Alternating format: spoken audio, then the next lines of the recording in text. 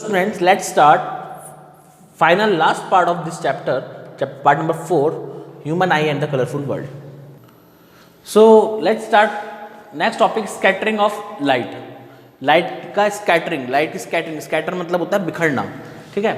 So the reflection of light from an object in all direction is called scattering of light. यानी किसी भी object से सभी direction में अगर लाइट रिफ्लेक्ट हो रही है तो इसको हम क्या बोलते हैं? स्कैटरिंग ऑफ लाइट, लाइट का स्कैटर होना. The colour of scattered light depends on the size of scattering particle and wavelength of light. अच्छा, अब लाइट का जो कलर स्कैटर्ड हो रहा है, ठीक है, आपको पता है लाइट के मैं अलग अलग वो 7 बैंड्स हमने जो प्रिज्म में पढ़े थे प्रीवियस वीडियोस में, तो जो लाइट स्कैटर हो रहा है, जो कलर लाइट का स्कैटर हो रहा है वो किसके ऊपर डिपेंड करता है? वो डिपेंड करता है the size of scattering particle, कि वो किस पार्टिकल वाले साइज से स्कैटर्ड हो रहा है, यानी वो पार्टिकल उस पार्टिकल का साइज क्या है जिससे वो स्कैटर्ड हो रहा है. And second thing is wavelength of light, और लाइट का वेवलेंथ क्या है, ठीक है. तो साइज ऑफ स्कैटरिंग पार्टिकल ये डिपेंड करेगा और लाइट की वेवलेंथ ये दोनों डिपेंड करेगा, और उसी के बेसिस पे आपका स्कैटर्ड कलर डिसाइड होगा. Very fine particles scattered mainly blue light, while particles of larger size scattered light of longer wavelength, that is red light. Means very fine particles, जो सबसे fine particles होते हैं वो mainly white light से कौन सा colour scatter करते हैं?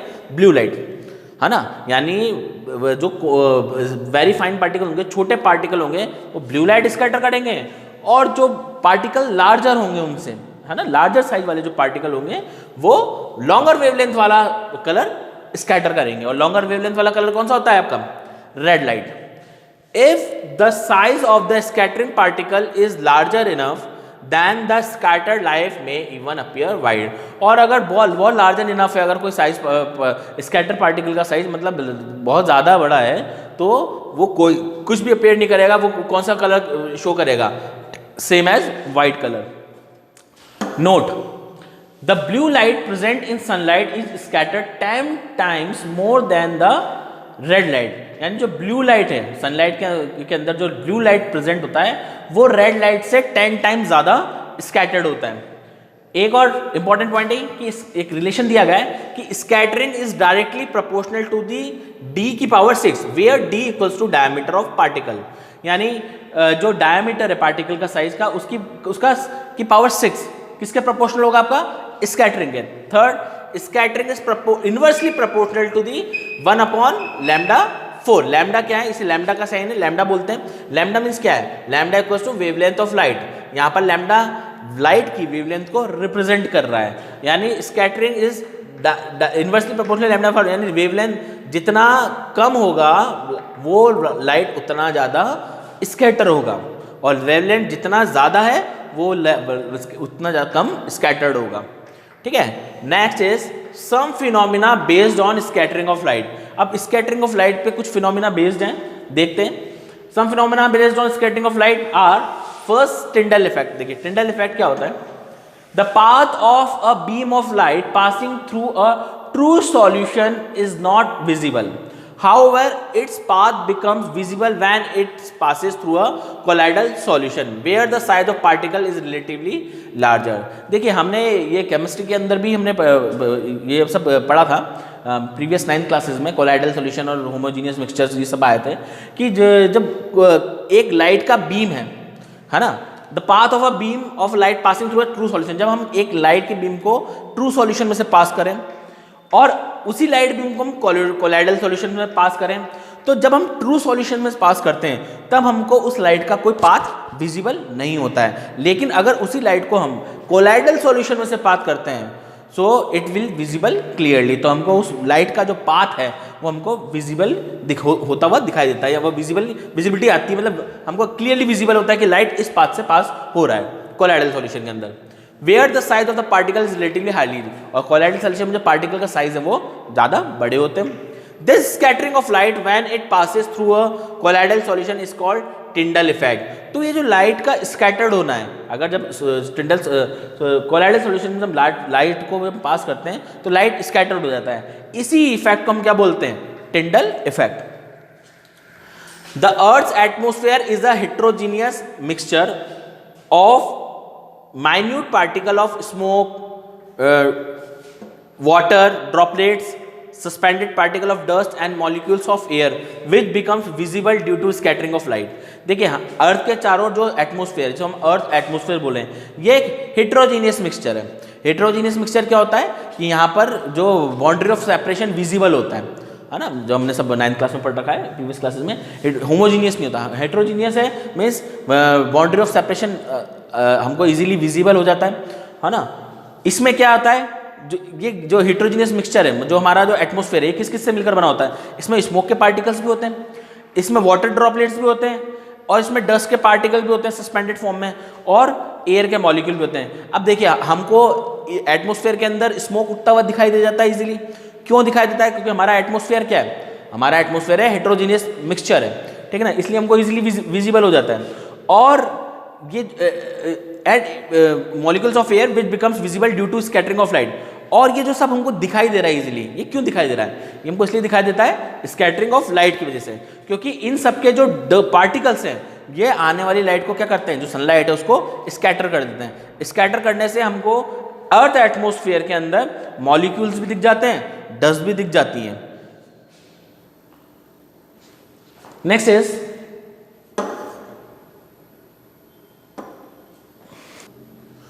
Why the colour of sky is blue. कि स्काई का कलर ब्लू क्यों होता है? During the day time sky appears blue. This is because the size of particle in the atmosphere is smaller than the wavelength of visible light, so they are more effective in scattering the light of shorter wavelength, that is blue end of spectrum. देखिए day time पे हमको जो sky जो appear होता है, उसका colour sky appear होता है ब्लू कलर में, ठीक है. और वो क्यों होता है? क्योंकि जो सनलाइट है वो एटमोस्फियर में जो पार्टिकल्स होते हैं, उनका जो साइज होता है वो बहुत ज़्यादा फाइन होता है. और फाइन पार्टिकल्स जो होते हैं वो कौन सी लाइट को स्कैटर करेंगे, किस कलर में स्कैटर करते हैं? ब्लू लाइट के अंदर, क्योंकि उसका जो वेवलेंथ होता है वो सबसे शॉर्टर होता है, ठीक है. तो that's why because the size of the particle in the atmosphere is smaller than the wavelength of the visible light, so they are more effective in scattering the light of shorter wavelength. इसलिए छोटी size वाले छोटी wavelength को scatter कर देंगे. और सबसे छोटा जो अगर हम देखें वेवलेंथ, तो वो ब्लू कलर का होता है. तो इस पूरे को जो स्पेक्ट्रम है हमको ब्लू कलर में स्कैटर होता हुआ दिखाई देता है. When sunlight passes through the atmosphere, the fine particles scatter the blue color more strongly than red color. इसलिए जो एटमोस्फेयर में फाइन पार्टिकल्स होते हैं, इनकी प्रेजेंस के कारण ही हमको ब्लू कलर ज़्यादा दिखाई देता है strongly compared to red colour. The scattered blue light enters our eye. और ये जो ब्लू स्कैटर्ड हुआ कलर जो स्कैटर्ड हुआ है, ये कहाँ एंटर करता है? हमारी आईज के अंदर, ठीक है. जो कि किसने किया? जो कि एटमोस्फेयर के फाइन पार्टिकल्स ने किया है. Hence the sky appears blue. इसलिए हमको स्काई कैसा दिखाई दे रहा है? ब्लू कलर में. It should be noted that the sky appears black to the passenger flying at higher altitude because scattering of light is not prominent at such height due to the absence of particle. अच्छा, जो flights होती हैं, ठीक है, अगर हम एक particular altitude पर, हायर एल्टीट्यूड पर, अगर बहुत हाइट पर अगर हम फ्लाई कर रहे हैं, कोई फ्लाइट में है, तो अगर हम जब स्काई को देखेंगे तो हमको ब्लैक कलर में विजिबल होगा. स्काई का हमको कोई कलर ही नहीं दिखाया गया. वो ब्लैक कलर क्यों विजिबल हो रहा है? क्योंकि वहाँ पर उस जगह फाइन पार्टिकल्स नहीं है एटमोस्फेयर के, जिससे लाइट स्कैटर्ड हो. और लाइट स्कैटर्ड नहीं होगी तो हमको ब्लू कलर नहीं दिखेगा. इसलिए हमको due to the absence of particles के एब्सेंस की वजह से वहाँ पर हमको स्काई कैसे कलर का दिखाई देता है? ब्लैक कलर का. Next is colour of sun at sunrise and sunset. Sunrise sunset के टाइम पे जो सन का कलर होता है उसके बारे में डिस्कस करते हैं कि at sunrise and sunset the sun and the sky appears red. Sunrise के टाइम पर या सनसेट के टाइम पर, दोनों टाइम पर हमको सन कैसा दिखाई देता है? रेड. सन और स्काई कैसे कलर के दिखाई देते हैं? रेड कलर के दिखाई देते हैं. Light from the sun near the horizon passes through thick layer of air. Sun से जो लाइट आती है वो होरिजन के पास थिकर लेयर से पास होती है and covered larger distance in atmosphere, और एटमोस्फेयर का लार्जर डिस्टेंस कवर करती है बिफोर रीचिंग अवर आइज। यानी होरिजन से, जैसे हमने बताया था कि अर्थ का सरफेस हुआ या अर्थ का होरिजन हुआ, अर्थ होरिजन पे ये हमारा सन है। सन सेट और सन टाइम पर क्या होगा, जो सन की पोजीशन होगी वो हॉरिजॉन्टली होगी। तो सपोज दैट ये सनसेट है या सनडेल है, कुछ भी कंसीडर कर लीजिए, व्हाटएवर, ये सन है, ये सन होरिजन के हॉरिजॉन्टल पोजीशन पे। अब यहाँ से सनलाइट जो आएगी इस अर्थ सरफेस पर हॉरिजॉन्टली, वो किससे होकर आएगी, वो एटमॉस्फेयर के थिकर सरफेस से होकर आएगी, थिकर मीडियम से होकर आएगी, ठीक है। और कहां पर एंटर करेगी, हमारी आईज में।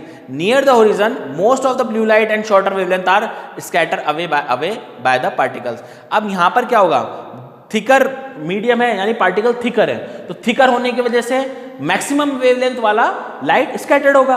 और मैक्सिमम वेवलेंथ को किसका है, मैक्सिमम वेवलेंथ होता है रेड का एज कंपेयर टू ब्लू। तो therefore the light that reaches our eyes is our longer wavelength. इसलिए जो हमारी जो आईज में जो लाइट, जिस वेवलेंथ का कलर, जो कलर एंटर करेगा उसका वेवलेंथ क्या होगा, लॉन्गर होगा, क्योंकि पार्टिकल की साइज भी क्या है, लॉन्गर है। This gives rise to reddish appearance of the sun and the sky. इस वजह से हमको जो रेडिश सन और स्काई का जो अपीयरेंस है वो थोड़ा रेडिश दिखाई देता है। However at the noon the light from the sun overhead would travel relatively shorter distance. और अगर हम बात करें नून के टाइम पर, नून टाइम पर जो सन है वो हमारे हेड पर रहता है, बिल्कुल टॉप ओवर हेड रहता है। उस समय पर क्या होता है, this gives how at the noon the light from the sun overhead would travel relatively short distance. अब देखिए यहाँ पर जब है तो नून टाइम पर ओवर हेड पर हमारी जो डिस्टेंस है सन से वो शॉर्टर रहती है, और होरिजन पर जब सन रहता है तो होरिजन पोजीशन पर सन की डिस्टेंस हमसे बहुत ज़्यादा होती है। ज़्यादा होगी तो थिकर लेयर से बहुत लॉन्ग डिस्टेंस ट्रैवल करके आएगी, है ना। तो मैक्सिमम वेवलेंथ वाला कलर स्कैटर्ड होगा जो कि रेड है। अब जब नून पे तो शॉर्टर है हमारे से उसकी हाइट, तो शॉर्टर वेवलेंथ वाला लाइट स्कैटर्ड होना चाहिए। लेकिन देखिए यहाँ पर from the sun would overhead relatively short distance, so it appears white as only a little of the blue and violet color are stirred। तो इसलिए हमको क्या, जब नून टाइम पर जो शॉर्टर डिस्टेंस होने के कारण सिर्फ या तो हल्का ब्लू कलर स्कैटर्ड होता दिखाई देगा, या फिर थोड़ा बहुत वॉयलेट कलर स्कैटर्ड होता हुआ दिखाई देगा, और मोस्टली हमको वाइट कलर ही दिखाई देगा। ये देखिए पूरे स्टेटमेंट को एक डायग्राम के थ्रू भी शो किया गया है। सपोज दैट यहाँ पर ऑब्जर्व है, ये नियर सन नियर होरिजन पर यहाँ से थिक लेयर से होता हुआ लॉन्ग डिस्टेंस ट्रेवल करता हुआ ऑब्जर्व के आइज तक सनलाइट पहुंचेगा, तो थिकर पार्टिकल्स स्कैटर्ड होंगे, उसके से थिकर वेवलेंथ वाला कलर स्कैटर्ड होगा जो कि रेड होता है। इस वजह से सनसेट या सनराइज दोनों के टाइम पर हमको रेड कलर दिखाएगा। और ओवरहेड पर है जो यानी टॉप है, तो यहाँ से हमारी ऑब्जर्वर की डिस्टेंस क्या है, बहुत शॉर्ट है। शॉर्ट होने के बाद बहुत लेस ब्लू कलर स्कैटर्ड होगा, या बहुत कम वायलेट कलर स्कैटर्ड होगा, और मोस्टली कलर हमको वाइटली सीन दिखाई देगा।